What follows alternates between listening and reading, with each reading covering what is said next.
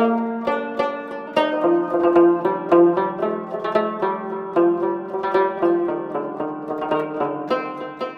ہم بات کر رہے ہیں مینگورہ شہر کے بائی پاس واکنگ ٹریک پر قائم ہونے والی ایک اسٹریٹ لائبریری کی، جس کا انجام بہت افسوسناک رہا۔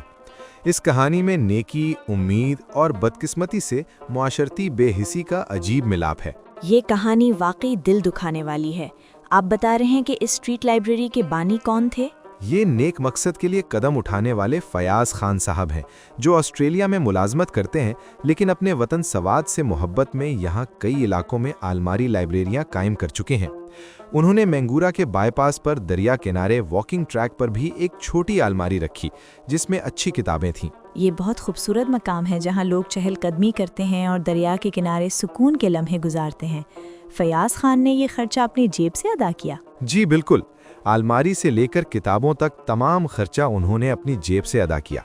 ابتدا میں اس نیک کام کی بہت تعریف ہوئی، سوشل میڈیا پر ویڈیوز بنے، خاص طور پر مینگورہ کے تعلیم یافتہ طبقے نے اس عمل کو سراہا۔ لیکن پھر کیا ہوا؟ آپ کہہ رہے ہیں کہ اس کا حشر برا ہوا؟ افسوس کہ ابھی سال بھی پورا نہیں ہوا تھا کہ اس لائبریری کا ایسا حال کیا گیا جس کے بارے میں تہذیب یافتہ معاشرے میں سوچا بھی نہیں جا سکتا۔ پہلے آلماری کا شیشہ توڑا گیا۔ یہ تو انتہائی افسوسناک ہے۔ اس کے بعد کیا ہوا؟ پھر اس میں مقدس کتابوں کے بوسیدہ اوراق رکھ دیے گئے، حالانکہ ایسے اوراق کے لیے الگ ادارہ موجود ہے جو زکوٰۃ اور صدقات وصول کرتا ہے، اور فیاض خان کی خریدی گئیں یا مقامی تعلیم یافتہ لوگوں کی عطیہ کردہ کتابیں کوئی اٹھا کر لے گیا اور واپس نہیں کیا۔ یہ بات بہت اہم ہے کہ کتاب بین الاقوام کو سنوارتی ہے، لیکن مینگورہ میں کتابوں کے لیے جگہ کا مسئلہ کیا ہے؟ آپ نے بالکل درست بات کہی۔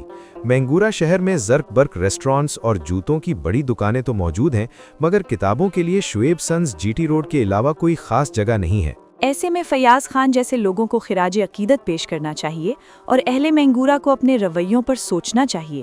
علم اور کتاب کی قدر کرنا ہمارا فرض ہے۔